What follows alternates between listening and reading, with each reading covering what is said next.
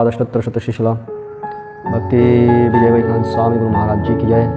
जय ब्रह्मद्रुपानु गौड़ी गुरुवर्ग की जय। वृंदा जी की जय। भक्ति देवी की जय। तुलसी महारानी की जय। अनंत गुरु वैष्णव वृंद की जय। भगवान मंगलमय हरिनाम संकीर्तनम की जय। ताई गौर प्रेमानंदे हरि हरि बोल। जय जय श्री राधे श्याम। श्री श्री गुरु गौरांग गंधार्विका गिरिधारी जयतु। श्री श्री राधा गोविंद राधा गोपीनाथ जी जय युक्त हूँ। আমরা ধারাবাহিক্রমে শ্রীল কৃষ্ণদাস কবিরাজ গোস্বামী ঠাকুর বিরচিত শ্রী শ্রী চৈতন্য চরিতামৃত শ্রবণ করছি। শ্রী শ্রী চৈতন্য চরিতামৃত আদিলীলা চতুর্থ পরিচ্ছেদ ৭১ নম্বর পয়ার। গোবিন্দানন্দিনী রাধা গোবিন্দমোহিনী। গোবিন্দের সর্বস্ব সর্বকান্তা শিরোমণি। দেহি কৃষ্ণময়ী প্রক্তা রাধিকা পরদেবতা। সর্বলক্ষ্মীময়ী সর্বকান্তি সম সন্মোহিনী পরম। বলছেন রাস সম্বন্ধে ইতিপূর্বে আমাদের যে কথা বলেছেন তা আমরা একটু শ্রবণ করব। শ্রীমদ্ ভাগবতের দশম স্কন্ধের ৩৩ নম্বর অধ্যায়ের দ্বিতীয় শ্লোকের টিকায় শ্রীধর গোস্বামী বলিতেছেন, রাস নাম বহু নর্তকীযুক্ত নৃত্য বিশেষ। বহু নর্তকীযুক্ত নৃত্য বিশেষকে রাস বলা হয়। অর্থাৎ বহু নর্তকীর একত্র নৃত্য বিশেষকেই রাস বলা হয়। এই নৃত্য বিশেষ সম্বন্ধে বৈষ্ণব তোষণীকারে বলেন, নট্যে গৃহীত কণ্ঠী নাম্নোন্নাথ তকর শ্রিয়াম নর্তকীনাং ভবেৎ রাসু মণ্ডলী ভূয় নর্তনম। এক একজন নর্তক এবং একজন নর্তিকার কণ্ঠ ধারণ করিয়া আছেন। নর্তক নর্তিকীগণ পরস্পরের হস্ত ধারণ করিয়া আছেন। এমতাবস্থায় নর্তক নর্তিকীগণের মণ্ডলাকারে নৃত্যকে রাস বলে। ব্রজের রাসলীলায় যত গোপী শ্রীকৃষ্ণ তদ্রূপে আত্মপ্রকাশ করিয়া লীলা সম্পাদন করিতেছেন। এই রূপে রাসের কথা এখানে বললেন। বহু নর্তকীযুক্তা নৃত্য বিশেষ রাস নাম, অর্থাৎ শ্রীধর গোস্বামী বলছেন বহু রাস নাম বহু নর্তকীযুক্ত নৃত্য বিশেষ। বহু নর্তকীযুক্ত নৃত্য বিশেষকেই রাস বলে। রস উল্লাস যস্য সৈব রাস। এই কথার পুষ্টিপাদন করতে গিয়ে পুনঃ বলছেন, বৈষ্ণব তোষণীতে বলছেন, নটে গৃহীত কণ্ঠী নাম্নোন্নাথ তকর শ্রিয়াম নর্তকীনাং ভবেৎ রাসমণ্ডলী ভূয় নর্তনম। এক একজন নর্তকীর কণ্ঠ ধারণ করিয়া যে পরস্পরের হস্ত ধারণ করিয়া আছেন, এমতো অবস্থায় নর্তক নর্তকীগণের মণ্ডলাকারকে নৃত্যের রাস বলা হয়। পূর্বোক্ত অর্থ হইতে রাস বহুকান্তার প্রয়োজনীয়তা বুঝা গেল। এই পরে যে বলেছেন, বহুকান্তা বিনে নাহি রসের উল্লাস লীলার সহায় লাগি বহুত প্রকাশ। তার মধ্যে ব্রজে নানা ভাব রসভেদে কৃষ্ণের কায়ার রাসাদিক লীলা সাধন। সেই বহুকান্তা বিনে যে রসের উল্লাস সেই বহুকান্তা কারা বলছেন, রাসলীলায় কীরূপে রসের উৎস প্রসারিত হয় তাহাও বলা হইতেছে। বৈষ্ণব তোষণী বলেন, রাস পরস্পর রসাস্বাদকময়। ইতি যোগিকার্থং শ্রীমদ্ ভাগবতের টিকায় দশম স্কন্ধের ৩৩ নম্বরের তৃতীয় শ্লোকের শ্রীধর গোস্বামী পাদের টিকায়, অর্থাৎ রাস পরম রস সমূহময়। সমস্ত পরম মানে শ্রেষ্ঠ, সর্বশ্রেষ্ঠ রসের যে সমাহার তাহাকে বলা হয় রাস। রস মানে আনন্দ, সর্বশ্রেষ্ঠ আনন্দ, আনন্দময় পুরুষ ভগবান। আনন্দের পূর্ণ উৎস হচ্ছে ভগবান। সেই জন্য সেই ভগবানের যে আনন্দ প্রদান অর্থে ভগবানের আনন্দময় বিগ্রহ আল্লাদিনী শক্তি স্বরূপিণী শ্রীমতী রাধারানী, সেই রাধারানীর ভাবের থেকেই অনন্ত সখীদের উৎপন্ন হয়ে কৃষ্ণকে অনন্ত সুখ আস্বাদন রস আস্বাদন করাবেন। সেই করানোর যে সমাহার, যে সেই করানোর যে রাসোল্লাস, রসের উল্লাস বলছে, সেই রসোল্লাসকেই রাস বলা হয়। বুঝা গেল? এর জন্য আমরা স্বাভাবিক এই সাধারণ জ্ঞানে এই রাসের কথা যে বলি, কৃষ্ণ রাস করেছেন, রাস আমরাও রাস করব, এই করবো সেই করবো কথা বলে না, তো সে আগে বুঝতে হবে রাস কাকে বলে। মুখ্য রস 5টি। এই রাসে যে রসের উল্লাস হয়, সেই রসগুলো কি? রাসের সমস্ত শ্রেষ্ঠ রসেই অভিভুক্ত হইয়া থাকে, সমস্ত শ্রেষ্ঠ রস। তার মধ্যে মুখ্য 5টি রস। কী রস? শান্ত, দাস্য, সাক্ষ্য, বাৎসল্য ও শৃঙ্গার রস। শান্তরস, দাস্যরস, সাক্ষ্যরস, বাৎসল্য রস আর মাধুর্য রস। কী কী রস?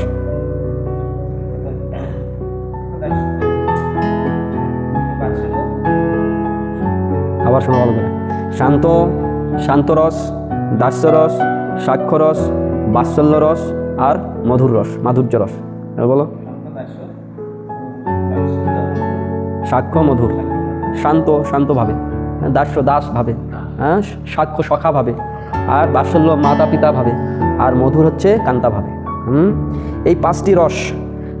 আর গৌণ রস 7টি, আরও 7টি গৌণ রস আছে। মুখ্য রস 5টি প্রথমে বললো, এই 5টির আবার গৌণ রস 7টি আছে। সেই 7টি গৌণ রস কী কী? হাস্য, অদ্ভুত, বীর, করুণ, রৌদ্র, বিভৎস ও ভয়। মনে রাখবে, হাস্য, অদ্ভুত, বীর, করুণ, রৌদ্র আর বিভৎস। রৌদ্র, বিভৎস ও ভয়। হাস্য, হাসা, মানে এই হেসে আনন্দ পায় না, কি হাসছে, হেসে হেসে পুরো মানে এমন কৌতুক কথা বলছে, এমন অঙ্গিভঙ্গি করছে, এমন অঙ্গ প্রত্যঙ্গের ভাব করছে, একটা কথা শুনে এমন কৌতুক কথা, যেন কৌতুক, আগে কৌতুক ছিল না, উত্তম হাসি ছিল না আগে, এমন কথা এইসব আগে আমরা রেকর্ড শুনতাম মাইকে, সব উত্তম হাসির। আর শুনে কি হাসি, হাসির কথা শুনবে, হ্যাঁ, উত্তম হাসি হচ্ছে এই হাস্যের দ্বারাই কৃষ্ণকে এমন রাধারানীর অঙ্গ প্রত্যঙ্গে কিংবা কৃষ্ণর চাপলতা, এই চাপলতাকে দেখে হাসি, তারপরে নয়ন ভঙ্গিমার, তারপরে বিভিন্ন প্রকার যখন প্রিয়সীকে প্রিয় অভিমান করেছে, তাকে হাসিয়ে তার মনটাকে, আর হাসলে স্বাভাবিক মনটা, সেজন্য সবসময় হাসি মুখ থাকতে হয়, হ্যাঁ, গোমরা হয়ে থাকুন। আর যখন তখন যেখানে সেখানে হাসবেন আবার, কোথায় কী হচ্ছে, একজনকে কেউ বা টিটকারি করছে, আর সে তোমার হাসি দেখে সেরে গেল, হ্যাঁ, আমাকে দেখে হাসছিস রে, হ্যাঁ, আমার সর্বনাশ, আর তুই হাসছিস, তোর পৌষ মাস। সেই জন্য যেখানে সেখানে যত্র আবার হাসার কথা হচ্ছে, তখন মুখটা যদি গোল করে থাকে, আরে সবাই হাসছে আনন্দতে, আর দেখো গুম করে বসে আছে। মানে এটা অনেকে একটা কথা আছে, মূর্খ 3বার হাসে।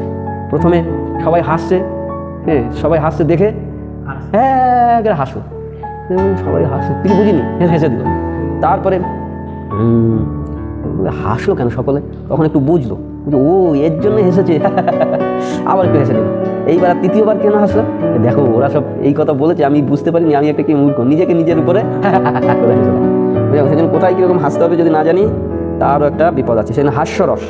তারপরে অদ্ভুত লীলা, তার অদ্ভুত জিনিস দেখলেই আমাদের দেখতে চায় না, ওইখানে একটা অদ্ভুত প্যান্ডেল তৈরি হচ্ছে, চলো দেখি, এই একটা রস আস্বাদন কর, অদ্ভুত জিনিস, হঠাৎ একটা কিছু অদ্ভুত হলো, এই হচ্ছে অদ্ভুত রস। এইগুলো ব্যাখ্যা করে বলছি কেন, মনে রাখার জন্য। প্রথম হচ্ছে কি? হাস, হ্যাঁ, হাস্যরস। গৌণ রস 5টি, আগে এই মুখ্য রস 5টি আমরা শুনলাম, এখন গৌণ রস 7টি। এই 7টি গৌণ রস এখন শুনছি। প্রথম হচ্ছে হাস্য, তারপরে অদ্ভুত একটা জিনিস দেখেই আমাদের রোমাঞ্চ হয়, আনন্দ হয়, সুখী হয়, কিংবা ভয় হয়, কিংবা কিছু একটা হয়, তো রস আসে। রস মানে আনন্দ, সমস্ত বস্তুর মধ্যে রস আছে। একটা শ্লোক মুখস্থ করলে দেখবে খুব আনন্দ লাগবে, এখানে রস আসার হবে। কেউ একটা ভালো কথা বলে আনন্দ লাগবে, সেখানে রস। কেউকে খাইয়ে আনন্দ, সেখানে রস। যাতে সবটাই রস, সব চাহিদা আমাদের হচ্ছে রস, আনন্দ। হ্যাঁ, রসে পুরো টুলুমুলু। তুমি হয়তো রস খেতে ভালোবাসো, তাই তো? রসগোল্লার রস, হ্যাঁ, সবাই রসগোল্লা খাচ্ছে, তুমি রসটা খেয়ে নিচ্ছ। অত চিনি রস খাবে না, এগুলো ভালো না, চিনি খাওয়া ভালো না। চিনি আর গুড়ের মধ্যে তফাৎ দেখো। গুড় খেলে কি হয়? গুড় আমাদের খাদ্যকে হজম করিয়ে আমাদের শরীরে রক্তকে শোধন করে, তারপরে আমাদের ভিতরে অনেক ক্যালসিয়াম, আয়রন এইগুলোর সব দেয়। আর গুড়ের পরিবর্তে যদি চিনি খাও, চিনিকে যেরকম গুড় খাওয়ার সঙ্গে সঙ্গে গুড় তার সমস্ত শক্তি দিয়ে আমাদের খাদ্য আদি হজম করার জন্য লেগে যায়। আর চিনি যদি খাও, চিনিকে হজম করানোর জন্য আমাদের সমস্ত শক্তি প্রয়োগ করা হয়। গুড় আমাদের হজমের সহায়ক হয়, আর চিনিকে হজম করার জন্য আমাদের শক্তি প্রয়োগ করতে হয়। বুঝা গেল? চিনিটা কি একটা পোড়া জিনিস, চিনিটা ওই গুড়কে পুড়িয়ে তাতে কেমিক্যাল দিয়ে তার স্ফটিককরণ করে সাদা তৈরি করে। এই চিনি আমাদের দেশে আগে ছিল না, এই বিদেশিরা এসে চিনিটাকে উদ্ভাবন করেছে। আগে পুরাকালে তো আমরা চিনি দেখতামই না, গুড়ই সব ছিল। কিছুদিন আগে আমরা বাড়িতে সব গুড়ের পিঠা, গুড়ের সব গুড় দিয়ে হতো, চিনি দেখা যেত না। আর গুড়ের থেকে চিনির দাম বেশি ছিল, চিনি পাওয়া যেত না। আর এখন উল্টো হয়ে গেল, আর চিনি হইতেই গুড় হয়, এই গুড় হইতেই চিনি হয়। মানে আখের রসটাকে ফুটিয়ে তারপরে সেটাকে মানে প্রথমে ফোটানোর পর একটা তরল অবস্থা হয়, তরল অবস্থা থেকে কঠিন অবস্থা আসে, গুড় হয়। গুড়ের থেকে তারপরে সেটাকে আবার স্ফটিককরণ করে চিনিতে তৈরি করে। তাহলে প্রসেসিংটা গুড়ের পরে চিনি, তাহলে চিনিটার দাম বেশি হওয়ার কথা, কিন্তু চিনির দাম কম কী করে হয় বলো? গুড়ের দাম বেশি কী করে হয়? তাহলে গুড়টা আবার এখন তো গুড়গুলো এরকম করে তৈরি করছে, 2 নম্বর গুড় তৈরি করছে। কী করে জানো? ওই ময়দা টয়দা আরেক রকম কিছু গুঁড়ো আছে, ওই চিনির গাছগুলো যে আছে ওই গাছের সঙ্গে মিশিয়ে কেমিক্যাল দিয়ে রং দিয়ে পুরো গুড় বানিয়ে দিচ্ছে। সেই জন্য ওই গুড়ের দাম, ভালো গুড় কিনতে গেলে খুব দাম। এই জন্য গুড় আর চিনির মধ্যে এরকম, চিনিটা হচ্ছে রস, বেশি রস খাবে না, রসের কথা বলতে গিয়ে চিনিতে চলে গেল। যা হোক, সমস্ত চাহিদা আমাদের একটাই, সেটা হচ্ছে আনন্দ। আর এই আনন্দটা হচ্ছে এই রস। কিন্তু সমস্ত বস্তুর মধ্যে রস আছে, সেই রসের মধ্যে অপ্রাকৃত জগতে ভগবানের সঙ্গে যে শ্রীমতী রাধারানীর রসের যে উল্লাস, সেখানে 5টি। প্রথম মুখ্য রস শান্ত, দাস্য, সাক্ষ্য, বাৎসল্য, মধুর। বলো প্রথম থেকে বলো। মাধুর্য মনে রাখবে, সারা জীবন মনে রাখবে। এই 5টি রসের দ্বারাই আমাদের সেবা, এই 5টি রসই সব কিছু, এই রসের জন্যই সব দৌড়াচ্ছে। আর 7টি গৌণ রস। প্রথম হচ্ছে হাসির দ্বারাই ভগবানকে সন্তুষ্ট করা, অদ্ভুত। তারপরে দ্বিতীয় হচ্ছে অদ্ভুত কিংবাকার একটা কিছু দেখলে আমাদের সেখানে খুশি হয় কিংবা অন্য কিছু হয়। তারপরে বীর রস, দেখবে যখন গায়ে খুব শক্তি হবে না, তখন এই যে একটু ধরবে, একটু করবে, শক্তিবান, শক্তি হওয়ার জন্য শরীরে কসরত করে। যারা দুর্বল ক্ষীণ শরীর, তাদের মনটা দেখবেন সবসময় দেখে মন। আর যাদের সুস্থ সবল হষ্টপুষ্ট চেহারা, গায়ের শক্তি না, তাদের একটা আমি ভাব, হাঁটছে হাঁটছে। আর এই ঠিনি পাতলা পিনপিনে শরীর নিয়ে কোথায় গিয়ে সবসময় একটা মরা ভাব। এই বীর রস, বীর মানে নিজের বলকে প্রয়োগ করে যে রস আস্বাদন করা হয়। তারপর করুণা করা, কারুণিক একটা রস। করুণ সুরে একটা কীর্তন হচ্ছে, কি মোহিত সুর, হরে কৃষ্ণ, শুনে পুরা গলে যায় না, করুণ সুর বলে না, মোহিত হয়ে যায় বলছে। এই করুণ একটা রস। আর রৌদ্র মানে দেখে নেবো না, রৌদ্র মানে হচ্ছে উগ্র স্বভাব, মানে নিজে একটা মানে রুদ্র মানে ক্রোধ। আমার ক্রোধ কে দেখাতে পারে? যে সে ক্রোধ দেখাতে পারবে, রুদ্রভাব আনতে পারবে। অনেক ধন সম্পত্তি বৈভব, আর তার মধ্যে থাকবে স্বাভাবিক, তার মধ্যে একটা আমি ভাব, এই আমার উপরে কথা বলছিস, দেখো এই একটা রুদ্রভাব। মহাদেবের সবসময় রুদ্র, সেই জন্য বলা হয়েছে উগ্র ভাব না হলে যে সংজ্ঞা লীলা আদি করতে পারবে না। কিন্তু উগ্র হলেও আশুতোষ, শান্ত, পূর্ণ শান্ত। উগ্রটা কোথায়? ওই যেখানে অত্যাচার, ব্যভিচার, দুরাচারী পাপীদের উপরেই মহাদেব যদি একবার ক্ষয়িত হয়ে যায়, 3 নম্বর আগ বের করেন, তারা তাকাবে তো সব ধ্বংস, প্রলয় হয়ে যাবে। এই রুদ্র একটা। আর বিভৎস, ও ভয়, বিভৎস। এমন ঘটনা ঘটেছে, বিভৎস ঘটনা, আমরা বলি আরে বাপ, বিভৎস ঘটনা, হ্যাঁ কোনোদিন এইরকম ঘটনা ঘটেনি, এই কলকাতায় এমন বিভৎস বর্ষা হলো বাবারি। এই যে বিভৎসতে একটা রস আছে, বিভৎস ঘটনা ঘটে, মানে যেসব ঘটনা ইতিপূর্বে ঘটেনি কিংবা এরকম একটা বিশেষ ঘটনা একটা ঘটেছে, সেটা শুনেই সবার একটা বিভৎস রস। আর ভয় আছে না শরীরে? কেন ভয় আছে? সকলে ভগবান এমন সব একটা জিনিস ফিটিং করে রেখেছে, যত যা হলে তো আপু, ওর জন্যই সব ভগবানকে ডাকে। নাহলে কেউ যদি ভয় না থাকতো, ভক্তিই থাকতো না। যেখানে ভয় নাই সেখানে ভক্তি নাই, যেখানে ভয় নাই সেখানে ভজন নাই, যেখানে ভয় নাই সেখানে আনুগত্য নাই। দেখবে পুরো উচ্ছৃঙ্খল, উদ্দণ্ড হয়ে যাবে। সেই জন্য ভয় কোথায়, কেন ভয় হয়? আমাদের যেখানে দুর্বলতা সেখানে ভয়। আর এমনি তো বলেছে, ভয়ং দ্বিতীয় অভিনিবেশ সস্বাদ বিষাদ পিতস্য বিপর্যয় স্মৃতি। ভয় হচ্ছে আমাদের অভিনিবেশ, দ্বিতীয় অভিনিবেশ সংসার। যার কিছু নাই, ছাড়ার ভয় নাই, পাওয়ার আশা নাই, কি ছাড়ার গ্লানি নাই, তার কোনো ভয় নেই। হ্যাঁ, নির্ভয় কখন হয়? যখন সে একজনের উপরে সমর্পিত হয়ে যায়। দেখো ওই বাচ্চাটা সমস্ত পৃথিবীর যত ভয় উদ্রুপ যা কিছু হোক না কেন, দৌড়ে এসে যখন মায়ের আত্মাদের সান্নিধ্য প্রাপ্তি হয়ে যায়, তখন সমস্ত ভয় এসে যায়, কারণ সে আশ্রিত হয়ে যায়। এর জন্য ভগবানের চরণে অশোক অভয় অমৃত আধার, তোমার চরণোদয় তাহাতে এখন বিশ্রাম লইনু ছাড়িয়া ভবের ভয়। এই ভব হচ্ছে ভয়, কারণ এইখানে ভয় কিসের? ওই আমার দুর্বলতা মানে আমি আমার কিছু আছে সেটা ছেড়ে যাওয়া, সেইখানে ভয়। তারপরে কিছু অন্যায় করা, দুর্বলতা মানে কি? আমি আমার অধিকারের বাইরে গিয়ে কিছু একটা করলাম, সেখানে ভয়। হ্যাঁ, এখন আমাদের একটা নিয়ম আছে, সব নিয়মে চলছে, নিয়মের বাইরে গেলেই তখন ভয় আসবে। মোটের একটা নিয়ম আছে, সেই নিয়মের বাইরে দিয়ে যদি আমি কিছু করতে যাই তখন মনে হয় দেখে কী করবে, কী হবে না হবে কি, তখন আর নিয়মের মধ্যে থাকবো, সমর্পিত হয়ে থাকবো, কোনো ভয় নাই, নির্ভয়। আর সর্বোপরি ভয়, আমরা এই যে মৃত্যু সর্বহরস চাও, মৃত্যু আমাদের সব কিছু হরণ করে নিয়ে যাবে, ছেড়ে যাবে, সেই ভয়, প্রাপ্তির আশা ভয়, ওইটাই হচ্ছে দ্বিতীয় অভিনিবেশ। বুঝা গেল? এই রূপে 7টি গৌণ রস, সেই 7টি গৌণ রস আবার শুনি। হাস্য, অদ্ভুত, বীর, করুণ, রৌদ্র, বিভৎস, ভয়। মনে রাখবে, হাস্য, তারপরে হাস্য, অদ্ভুত, বীর, করুণ। হাস্য, অদ্ভুত, বীর, করুণ। হাস্য, অদ্ভুত, বীর, করুণ, হলো কটা? হলো 4টে হলো। তারপরে রৌদ্র, বিভৎস, ভয়। হাস্য, অদ্ভুত, বীর, করুণ, রৌদ্র, বিভৎস, ভয়। এই হচ্ছে 7টি গৌণ রস। বাস 12টি রস আমরা মুখস্থ মনে থেকে গেল। হ্যাঁ, প্রথম শান্ত রস কি, এই মুখ্য রস 5টি কী কী? সাক্ষ্য, শান্ত, দাস্য, সাক্ষ্য, পরস্পর বলতে হবে, এটা কমন নয়, নিচ থেকে উপরে উঠছে। শান্ত, দাস্য, সাক্ষ্য, বাৎসল্য, মধুর। আর 7টি গৌণ রস কী কী? হাস্য, অদ্ভুত, তারপরে করুণ, তারপরে রুদ্র, না তারপরে হচ্ছে বীর, বীর, করুণ, রৌদ্র, বিভৎস, ভয়। খাতায় লিখে রাখলে বাবা, খাতায় সব লেখা আছে এখানে। ওইটা খাতায় লিখলে না, যে খাতায় তো লেখা আছে, আর মনে করার এটা আসবে না। আর যদি মনে রাখতে হয়, আর কী বলেছে মহারাজ, কী যেন 7টি গৌণ রস, আবার শুনলে আবার শুনলে খাতায় থেকে যাবে, এইখানে রাখতে হবে, এইখানে টিপে লিখে রাখতে, খাতায় লিখে রাখবে, দেখবে আর ওর দিকে যাবে না, মনে হয় খাতায় আছে। হ্যাঁ, এখানে আছে, অসুবিধা কি? কিন্তু যখন খাতায় না লেখা থাকবে, তখন যদি মনে রাখার ইচ্ছা থাকে তাহলে খাতায় লিখবে না, এমনিতে মনে থেকে যাবে। আমাদের এইসব কি খাতায় লেখা আছে নাকি মনে রেখেছি? তখন ঘরে গিয়ে দেখবে তখন খাতায় কিছু লেখা, বুঝতে পারছো? এই জন্য খাতায় লিখতে হবে না, এইখানে আর খাতার লেখাটা খাতায় থাকবে। তুমি প্রয়োগ যে করবে, তুমি কি আর খাতা দেখে তখন প্রয়োগ করবে? বই এনে খাতা দেখে হবে না।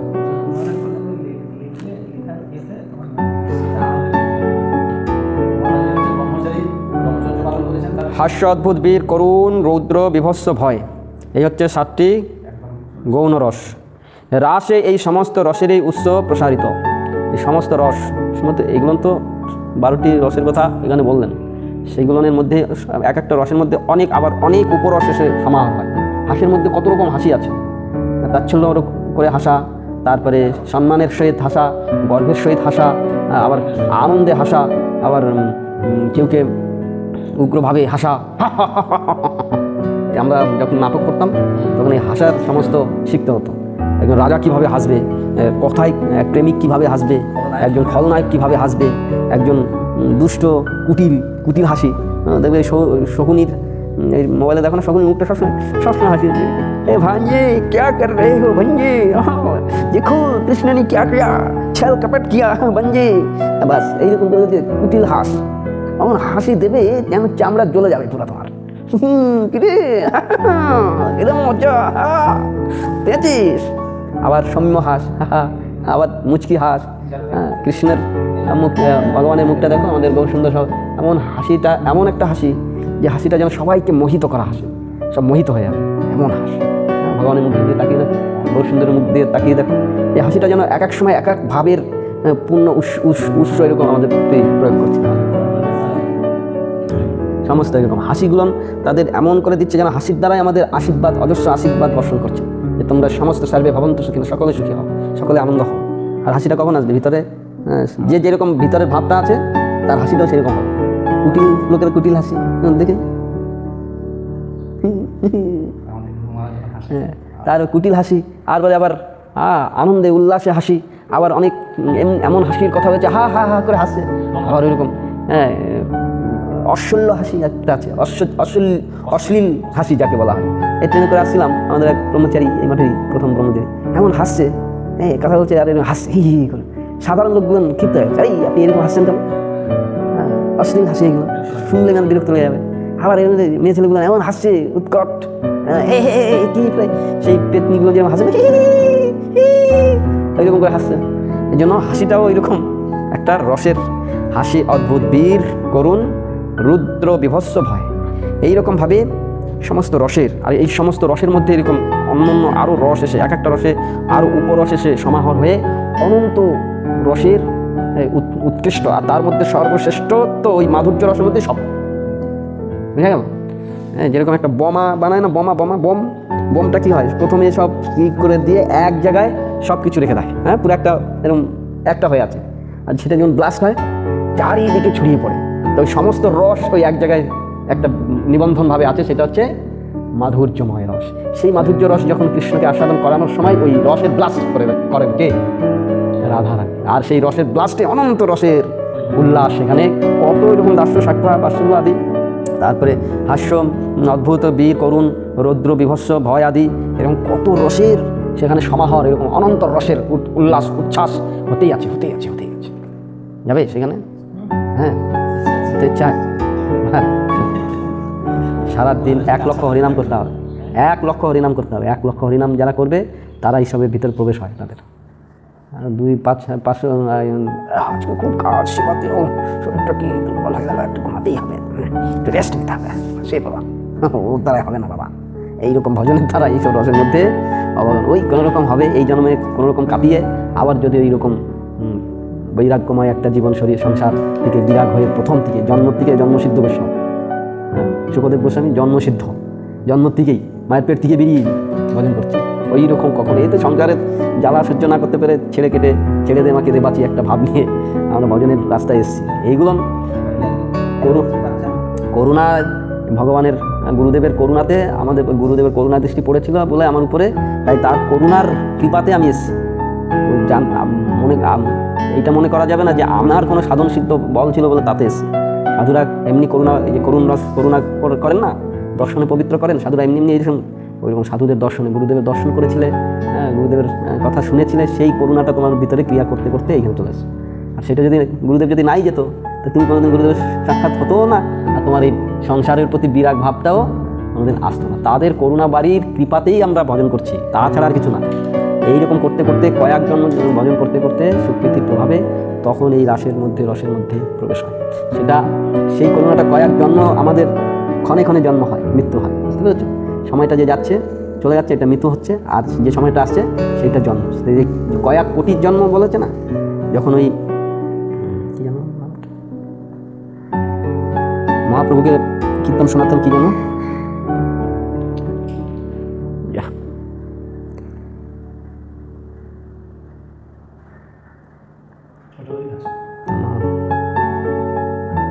যাই হোক পরে বলছি। এরকম মহাপ্রভু কীর্তন শোনাতেন, আবার ওই অন্য মায়াবাদীদের কাছে গিয়েও ওইরকম মায়ার কথা বলতেন, কি যেন নামটা মনে হচ্ছে। তা ওই মহাপ্রভু যখন জানলেন যে এইরকম করে, বলছে ওকে আমি ত্যাগ করলাম। কিন্তু এই যে ওদের কাছে গিয়ে ওইরকম মানে মহাপ্রভুর কাছে এসে মহাপ্রভুর মতন হয়ে যেত, ওদের কাছে গিয়ে ওদের মতন হয়ে যেত, এই যে দোগলা নীতিতে মহাপ্রভু ত্যাগ করতে তখন হৃদয় এমন বিদীর্ণ হলো। তখন মহাপ্রভু পার্শ্বদরা বলছেন শ্রীবাস পণ্ডিত, প্রভু ওকে ক্ষমা করে দাও এবারের মতো, ও খুব অনুতপ্ত, নিজেকে খুব কান্না করছে। আর মহাপ্রভুর ওই শ্রীবাস সঙ্গনে দুয়ারের কাছে দাঁড়িয়ে জোস্র কীর্তন করছে আর কান্না করছে। মহাপ্রভু ভগবান আমাকে ত্যাগ করে দিয়েছে, আর বেঁচে থেকে কী লাভ? তখন বলছে ওকে আমি 3 লক্ষ জন্মের পরে গ্রহণ করব। 3 লক্ষ জন্ম নেওয়ার পরে গ্রহণ করব। 3 লক্ষ জন্ম যেই বলেছে যে মহাপ্রভু আমাকে 3 লক্ষ পর জন্মের পরে আমাকে গ্রহণ করবে, এই কথা শুনে আনন্দে উল্লাসে 2 হাত তুলে কীর্তন করছে। তোমাকে এত জন্ম পরে গ্রহণ করার কথা বলতে তুমি এত আনন্দিত হচ্ছ, 3 লক্ষ পরে তো আমাকে গ্রহণ করবে, এই যে কথা বলেছে সেই কথাতে সেই আনন্দিত। আর এরকম মহাপ্রভু তখন সঙ্গে সঙ্গে এসে তাকে আলিঙ্গন করে যে তোমার 3 লক্ষ জন্ম হয়েই গেছে। এই যে মহাপ্রভুর প্রতি তোমার শরণাপন্ন, ওই শরণাপন্নতেই 1 লক্ষ মানে 1 লক্ষ 1 লক্ষ 3 লক্ষ 1 লক্ষ মানে লক্ষটা যখন 1 হয়ে যাবে তখন এই 1 লক্ষ হয়ে গেল। লক্ষ আমার 1, আর সেই 1-এ যখন লক্ষ হয়ে যাবে তখন 1 লক্ষ বছর এরকম বাস হয়ে গেল। বুঝা গেল? সেই জন্য এই যে ওই কোটি জন্মের কথা বললাম না, তো ওই জন্মটা আমার প্রত্যেক ক্ষণে ক্ষণে হচ্ছে, হ্যাঁ, মৃত্যুটা আমার প্রত্যেক ক্ষণে ক্ষণে হচ্ছে। যে সময়টা, যে পলটা, যে সময়টা চলে যাচ্ছে এটা মৃত্যু হয়ে যাচ্ছে, আর যেটা আসছে এটা জন্ম হচ্ছে। সেই জন্য গুরু বৈষ্ণবের করুণাকে যদি পাথরে করে তাদের আনুগত্য জীবন স্বীকার করে সমস্ত সেবা অনুভূতি সেবা করার প্রবৃত্তিটাকে ধারণ করে যদি আমি করি, তবে ওই 1 লক্ষ ওইরকম লক্ষ জনম এই জন্মেই হয়ে যাবে। আর যদি মনে করি আমি আমার মতন পুদুকুণ্ড থাকবো, আমার মতো আমি যা ভেবেছি জেনেছি তাই নিয়ে চলবো, তাহলে ওই রকম কোটি জন্মে করিলেও নাম সংকীর্তন তথাপি না পায় সে ব্রজেন্দ্র নন্দন, হবে না। এই জন্য রস সব কিছু হবে সেই রকম আনুগত্য স্বীকার করে সব সেবাটাই আমার, সব কিছু। এই মঠ মন্দিরে গুরুদেব আমাকে যে সেবার অধিকার, সেবা করার, আর সেবাটা যখন আমার কাছে আসছে, কখন আসে? কোনো গুরু বৈষ্ণবগণ আমাকে যখন একটা সেবা করতে বলে, জানতে হবে আমার বড় সৌভাগ্য, আমাকে সেবা লাগিয়েছে। সেবা পাওয়ার জন্য কোটি কোটি কল্পকাল অপেক্ষা করে থাকে ভগবানের সেবা। মন্দিরের সে প্রবেশ করার আমার অধিকার নেই, কিন্তু মন্দিরে এই যে ফুলটা তুলে আনছি, ওই বাসনটা ধুয়ে দিচ্ছি, এই ঘরটা মার্জন করে দিচ্ছি, এই যে সেবা পেয়েছি, মন্দিরের কোনো একটা জিনিস পূজারি বললো এটা একটু করো তো, বাপরে ওইটা যে কত বড় প্রাপ্তি আমার, আর সেইটাকে যদি উপেক্ষা করি, আমি খালি একা করবো নাকি, আর কেউ করার লোক নাই? হ্যাঁ, মূঢ়মতি বা কর্ম এমন মূঢ়মতি হবে, সেবা তো সেবা কোথায় গিয়ে পড়বে তার ঠিক নাই। ভগবানের সেবাকে যদি গুরু বৈষ্ণবগণ করুণা করে আমাকে সেবা, তোমার এখন অধিকার হচ্ছে মন্দিরে প্রবেশ করা, ভোগ লাগানোর হয়নি, তুমি ভোগের থালাটা একটু বয়ে এনে দেবে, তাতে যে ভোগ লাগাচ্ছে সে কি তার অধিকারে সে লাগাচ্ছে? গুরুদেবের আনুগত্য স্বীকার করে গুরুদেবই সেখানে ভোগ লাগাচ্ছে, তার আনুগত্য স্বীকার করে আমি মাত্র নিমিত্ত মাত্র। আমি গুরুদেবের আনুগত্য স্বীকার করে ওইখানে ভোগ লাগাচ্ছে, এটা গুরুদেবই লাগাচ্ছে, গুরু বৈষ্ণবগণেরই তারা তাদের অধিকার নিয়ে। কোথায় আমরা যখন অনুষ্ঠানে যাই, আমার সঙ্গে কেউ গেল, সেইখানে গুরুদেব আমাকে পাঠিয়েছে, তার আমার সঙ্গে যারা যাচ্ছে তাহলে কার আনুগত্য স্বীকার করে সেখানে থাকতে হবে? যে যার সঙ্গে গেছি, এর আমি আমার মতন ওর সঙ্গে কথা বলছি, এর সঙ্গে ইয়ে করছি, ওর সঙ্গে একটু ভাব করছি, কিন্তু সেই যে পরিবেশটা আমি রচনা করছি একটা, মানে জানতে হবে যে আমি যার সঙ্গে গেছি তার আনুগত্য ছেড়ে আমি আর একটা আমার নিজের আনুগত্যে সবাইকে সামিল করছি। আর কেউ কিছু দিল, সেটা নিয়ে নিজের এসে রাখলাম, ইয়ে করলাম, সেগুলো এইগুলো কী হয়? এগুলো সব সেবা অপরাধ হয়। এর দ্বারাই আমাদের সেবা 2 দিন পরে দেখবে আর সেবাতে মন লাগবে না, হরিনাম করতে ইচ্ছা হবে না, কোনো সেবা করতে বললে সেটা এরকম বিরক্তি ভাব আসবে। সেবাতে বিরক্তি ভাব এসছে মানে জানতে হবে আমার ভজন কমে গেছে, ভজন নিম্নগামী হচ্ছে। সেবাতে সবসময় উৎসাহ, সারাদিন অক্লান্ত পরিশ্রম করে, তারপরে সেই অবস্থায় তুমি হরিনাম করো, এই হরিনাম করতে কত আনন্দ হবে, আর সারাদিন হরিনাম করতে তোমার কত ইচ্ছা হবে, আগ্রহ বাড়বে। আর সারাদিন কিছু না করে সেবাটা না করে বসে থাকো, কোনো সেবাতে আগ্রহ নাই। হরিনামটাও একটা বিশেষ সেবা। যদি হরিনামের প্রতি এত নিষ্ঠা থাকে, হরিনাম ছাড়া আর কোনো কথা নাই, কোনো কাজ নাই, সে করো হরিনাম, বাস, কোনো ব্যথা নাই। একজন যদি বসে বসে খালি সারাদিন রাত 24 ঘন্টা হরিনাম করতে থাকে, তার হরিনামের প্রভাব মঠ মন্দির চলবে, কিচ্ছু করতে হবে। এমনিতে কোথা থেকে কোথায় সব চলবে। এই কদিন আমি কোথায় যাচ্ছি, কোথা থেকে কী আসছে, কীভাবে চলছে এত বড় মঠটা, টাকা পয়সা কোথা থেকে আসছে চিন্তা করো। ভগবান সব ব্যবস্থা করবে, গুরুদেব সব ব্যবস্থা, কোথা থেকে কী সব পাঠিয়ে দেবে, সব এমনিতে চলে আসবে, যেতে দেবে। সেজন্য সেবাটা ওই রকম করলেই তখন ওই সেবা ভাবেই অত শ্রীকৃষ্ণ নামাদি নভবেদ গাহ্যমিন্দ্রিয় সেবান্মুখী জিহাদৌ স্বয়মেব স্ফুরত্তদ। এই ভগবানের নাম, গুণ, কীর্তন, লীলা, বৈভব, এই রস ওই রকম জড় ইন্দ্রিয়ে, জড় ভাবনায়, জড় চেতনায়, নিজের সুখের, নিজের সুবিধারতে কোনো দিন ও হবে না। যখনই এই জড় ভোগ বিষয়বস্তু থেকে নির্মুক্ত হয়ে ওই রকম সেবান্মুখী হব, সেবান্মুখী জিহাদৌ, তখন স্বয়মেব, এই যে মনে রাখতে পারছি না, এমনি তোমার হৃদয় থেকে বেরিয়ে আসবে হরিকথা। দাঁড়িয়ে এরকম ঘন্টার পর ঘন্টা হরিকথা বলবে, শেষই হবে। আর ওই সেবা করবো না, মুখস্থ করে একটু কিছু ফুটানি দেখাবো, দাঁড়িয়ে 2 মিনিট কথা বলতে বলতে যা মুখস্থ করার কথা, অনুভূতি, ভজন অনুভূতির দিকে তো আসবে নাই গো। আর ভগবানের কথা, গুরু বৈষ্ণবের কথা অনুভূতি ছাড়া হয় না। তুমি যত মুখস্থ করবে, ওই মুখস্থ করে না, যে জন্মাষ্টমীর সময় সব মুখস্থ করা ওই কথা বলছিল, দাঁড়িয়ে দিয়েছে 2 মিনিট, আমি আর কি বলবো, আমি তো জানি না কিছু, আমি তো অধম, ও সব ন্যাকামো কথা এখানে চলবে না। হরিকথা বলতে বলবে, হরিকথা বলতে হবে। তুমি অধম না উত্তম, তুমি কে বিচার করার? গুরুদেব তোমাকে দাঁড় করিয়ে দিয়েছে, তুমি অধম, অত ওইগুলো দৈন্যতা নয়। যে অধম হবে সে বলবে না আমি অধম। অধমতা মানে কি? আমি হীন, দিন।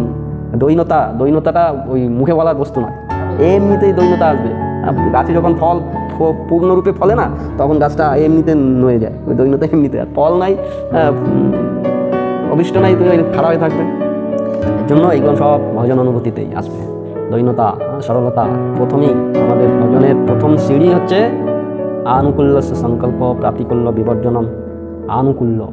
আনুগত্য স্বীকার, আনুকূল্য সংকল্প প্রাতিকূল্য বিবর্জনম, রক্ষতিথি বিশ্বাস ও গতিত্বে বর্ণং তথা আত্মনিক্ষেপ কার্পণ্য সর্বিধা শরণাগতি। এই 6টা শরণাগতি হচ্ছে, ষড়ঙ্গ শরণাগতি হইবে যাহার, তাহারও প্রার্থনা শোনে শ্রী নন্দকুমার। আর সেই শরণাগতি কি জানি না, আর আমি ভজন বলছি ওই রকম। সেই জন্য খুব দৈন্য নিষ্কপটতার সহিত, দৈন্যতার সহিত এই ভজন রহস্য পূর্ণিমা থেকে পাঠ হবে। এই ভজন রহস্য, এই সব ভজনের রহস্য কী ভক্তিবিনোদ ঠাকুর এই সব বলে দিয়েছেন। এই জন্য রহস্য যদি জানতে হয় তাহলে এইরকমভাবে ভজন করতে হবে। সেই রসের কথা বলছে, সেই রস আস্বাদন করার কথা যারা রসিক ভুবি ভাবুক, যারা রসিক ভুবি ভাবুক তারাই রস আস্বাদন করতে পারে। এই জন্য যা আমরা না করতে পারলেও দূর থেকে রসগোল্লাটা কেনার ক্ষমতা নাই, কিন্তু দেখছি শীতের মধ্যে রসে টপো টপো। হ্যাঁ,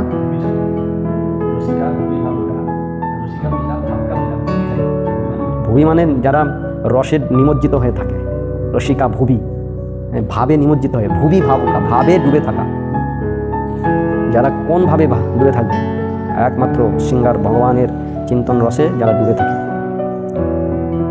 সেই জন্য রসগোল্লাটা দূর থেকে আমাদের দেখানো হচ্ছে, হ্যাঁ দেখ রসগোল্লা, কিন্তু এখনও রসগোল্লা আস্বাদন হয়নি।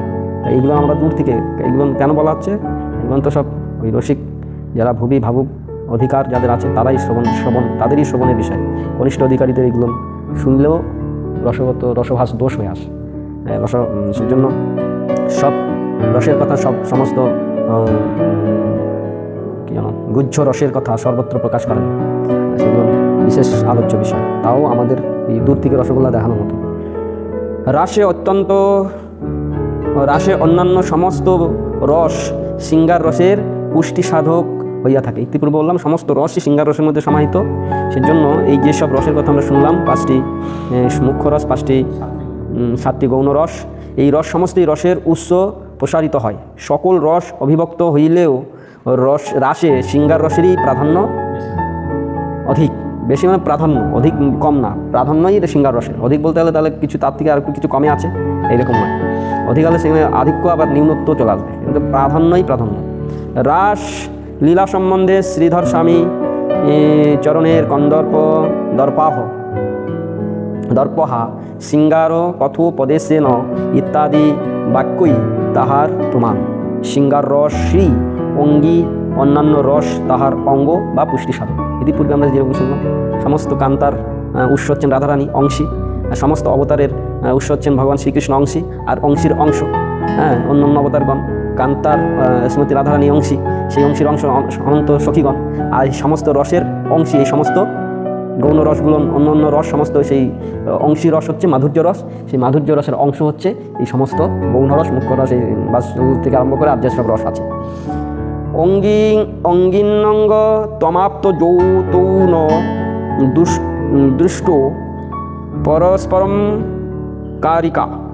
অপর বিরোধী রস যদি প্রধান রসের পুষ্টিকর হয়, তাহলে তাহাদের পরস্পর বিরোধ হয় না। এই সমস্ত রসই মাধুর্য রসের যদি পুষ্টি সাধক হয়, মানে প্রধানমন্ত্রী যখন আসে তার সঙ্গে অনেক উপচারী, মানে অনুচর উপচর সহচর আছে না, এক প্রধানমন্ত্রীকে উদ্দেশ্য করে। প্রধানমন্ত্রীর আশাটা যাতে সফল হয়, যাতে সুষ্ঠু হয়, যাতে সর্বত্র সব কিছু পূর্ণরূপে সফল হয়, সব ওই অনুচর পরিচরদের প্রচেষ্টা। আর সেখানে যদি অনুচর পরিচর বিরোধিতা করে তাহলে হবে, আর কিংবা তার প্রধানমন্ত্রীর থেকে উপরে ওঠার চেষ্টা করে তাহলে হবে। ঠিক ওই রকম প্রধানমন্ত্রী হচ্ছেন মাধুর্য রস, শ্রীমতী রাধারানী। আর সেই রসের সমস্ত উপচারিকা এরা। এই রসের ওই মাধুর্য রসের শ্রীমতী রাধারানী কৃষ্ণকে মালা পরাবে। রাধারানী মালা গেতে পরাবেন, মালা একজন গেতে রেখে আছেন, ধরে দাঁড়িয়ে আছেন, রাধারানী আসবে কৃষ্ণকে পরাবে। এই যে রসের পুষ্টিকতা, বুঝা গেল? এইরূপে রাসে অন্যান্য সমস্ত রস সিঙ্গার রসের পুষ্টি সাধক হইয়া থাকে। গোপাল চম্পু গ্রন্থেও ইহার অনুকূল প্রমাণ পাওয়া যায়। অথ ক্রমবশতাদ্ভূত ভয়ানক রৌদ্র বিভৎস বৎসল্য করুণ বীর হাস্য শান্ত সিঙ্গার সাহা সিঙ্গারনুকূলতয়া যথাযোগ্যং রসয়িতু মাসাদিতা। আমাদের গোপাল চম্পুতেই সিঙ্গার রসের যে উৎকর্ষতা, সর্বরসের সমাহার যে সিঙ্গার রস, সেই সিঙ্গার রসের কথা এখানে আমাদের প্রমাণ দিলেন। অনন্তর ক্রমে ক্রমে অদ্ভুত ভয়ানক রৌদ্র বিভৎস করুণ বীর হাস্য শান্ত এবং সিঙ্গার রস প্রত্যেকেই আপনাকে আস্বাদন করাইবার নিমিত্ত সিঙ্গার রসের অনুকূল রূপে যথাযোগ্যভাবে লীলা শক্তি প্রকটিত হইতেছে। আমি গুরুদেবের জন্য একটা সেবা নিয়ে আসলাম, এনে সেবাটা গুরুদেবের কাছে পৌঁছাবে কীভাবে? আমি গুরুদেবের কাছে নিয়ে গুরুদেবকে দিলাম, গুরুদেব নিয়ে রেখে দিলাম, বাস হয়ে গেল, সেবাটা হয়ে গেল। যখন ওই জিনিসটা গুরুদেবের ঐকান্তিক পার্শ্বদ যিনি তার সেবায় যুক্ত আছে তার কাছে দিলাম, ওহো এটা তুমি দিয়েছো গুরুদেবের সেবার জন্য, সেই সেবক সর্বদা তৎপর, তার গুরুদেবের সেবাই সব কিছু নিযুক্ত। সেজন্য সে তার আর ওই রকম সেবক নয় যে গুরুদেবকে দিয়েছে দেখি বা পাশে রেখে দিলাম, বাস। তাহলে গুরুদেবের ওই রকম সেবক ঐকান্তিক সেবক হতেও পারে না, কোনোদিন হতে পারবে না, গুরুদেবের পাশেও থাকতে পারবে না। সেজন্য সেই সেবক যখন ওই জিনিসটা মা তুমি এটা নিয়ে এসো, বাবা তুমি এটা নিয়ে এসো, এটা সঙ্গে সঙ্গে ভগবানকে সেবা লাগিয়ে গুরুদেবের সেবায়, গুরুদেব ওই ভক্ত না আপনার জন্য এইটা নিয়ে এসো, তাই নাকি, বাহ। এবার গুরুদেবের হাতে দিলাম, গুরুদেব নিয়ে রেখে দিল, তারপর ওইখান থেকে কে দিব কে না দিব, বাস সেখান থেকে সেবাকে তার মতো রেখে দিল, বাস হয়ে গেল সেবা। সেজন্য মাধুর্য রসকে আশ্রয় না করে যদি এই সমস্ত রস কৃষ্ণকে সুখবিধান করতে যায়, গেট আউট, কৃষ্ণ গ্রহণই করবে না। তাই বলছে সমস্ত রসই নিজ নিজ রসকে আস্বাদন কৃষ্ণকে করানোর জন্য শৃঙ্গার রসকে আশ্রয় করে তার আনুগত্য স্বীকার করে তবে গিয়ে বাৎসল্য রসে যশোদা মা আর নন্দ মহারাজ কৃষ্ণ সেবা করছে, যদি মাধুর্য রসের আনুগত্য ছাড়ার শৃঙ্গার করতে এরকম বাৎসল্য রস আস্বাদন করাতে যায়, তাহলে ওইরকম তিরস্কৃত হয়ে যাবে, সেখানে আসবে না, সেখানে ওই যশোদা আর নন্দ মহারাজের বাৎসল্য ভাবই থাকবে না, চলে যাবে, ডিলেট হয়ে যাবে। এইরকমভাবে বলছেন সমস্ত রসই শৃঙ্গার রসের আনুগত্য স্বীকারপূর্বক, গোপাল চম্পুতে সেই কথা বলছে। অনন্তর ক্রমে ক্রমে অদ্ভুত এই সমস্ত রস শৃঙ্গার রসের অনুকূল রূপে যথাযোগ্যভাবে লীলা শক্তি কর্তৃক প্রকটিত হইয়াছে। শৃঙ্গার রসের আনুগত্য শৃঙ্গার রসের দ্বারাই গোপাল চম্পুর আর সেই শৃঙ্গার রস এই সমস্ত রসের উৎস। তাছাড়া রসের গঙ্গার একটা উৎস আছে না, যেখান থেকে গৌমুখ থেকে বেরিয়ে এসে, ওইখানে যদি আটকে দেওয়া হয় এইদিকে কী হবে, থাকবে আর কিছু। এর জন্য ওই শৃঙ্গার রসের উৎস, ওই সমস্ত রসের উৎস হচ্ছে এই শৃঙ্গার রস। গোপাল চম্পুর পরবর্তী অনুচ্ছেদে ওই সমস্ত রসের অভিভক্তের দৃষ্টান্তও উল্লেখ হইয়াছে। সেজন্য এইসব গোস্বামীগণের এই আমাদের গ্রন্থ অনুশীলনের বিশেষ প্রয়োজন আছে। এই গোপাল চম্পু, গোপাল তাপনী, উজ্জ্বল নীলামণি, বিলাস কুষ্মাঞ্জলি, উক্ত বচনে দাস্য ও সখ্যরসের উল্লেখ নাই। তাহার হেতু এই যে উল্লেখিত বাৎসল্যাদি রসের মধ্যে দাস্য সাক্ষ্য অনুপ্রবিষ্ট হইয়াছে।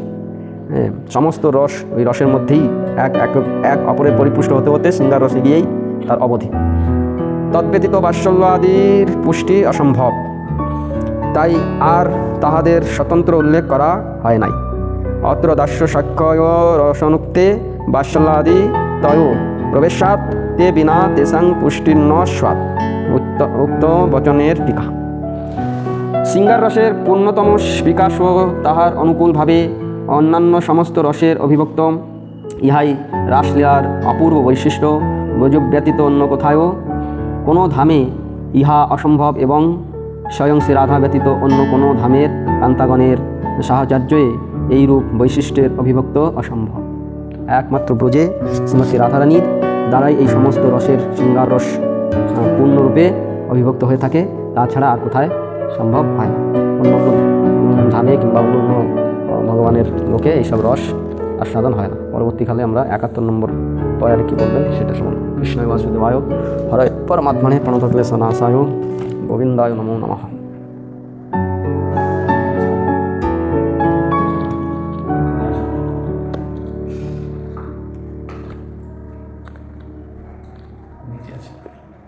এইখানে বইটা তোমাকে একটা বই দেওয়া আছে না?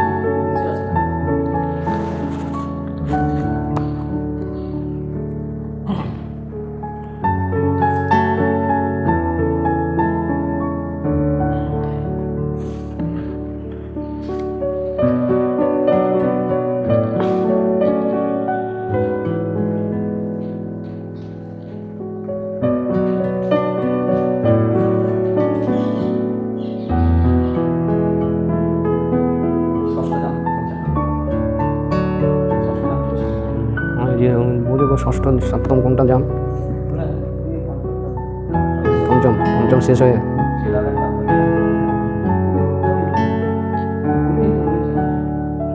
এখানে আটকে আছে। বলুন। শ্রী রাধাং প্রাপ্ত বিহাং নিজ রমণ কৃতে লিপ্ত নানো বহারাং সুষ্ণাতাং রমণী সাং প্রিয় মুখ কমলা লোকপূর্ণ প্রমোদম লোকপূর্ণ প্রমোদাম শ্রীকৃষ্ণ চাপরান্নে ব্রজমনুচরিতং ধেনুর্বয়সৈ শ্রীরাধা লোকচিত্তং শ্রীমুখমিলিতং শ্রীকৃষ্ণং স্মরামি।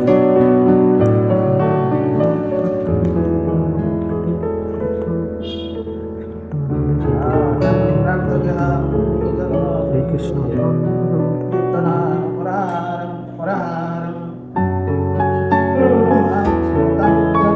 সুস্নাতং রম্যবেশং সুস্নাতং রম্যবেশং প্রিয়মুখ কোমল লোকপূর্ণ প্রমোদম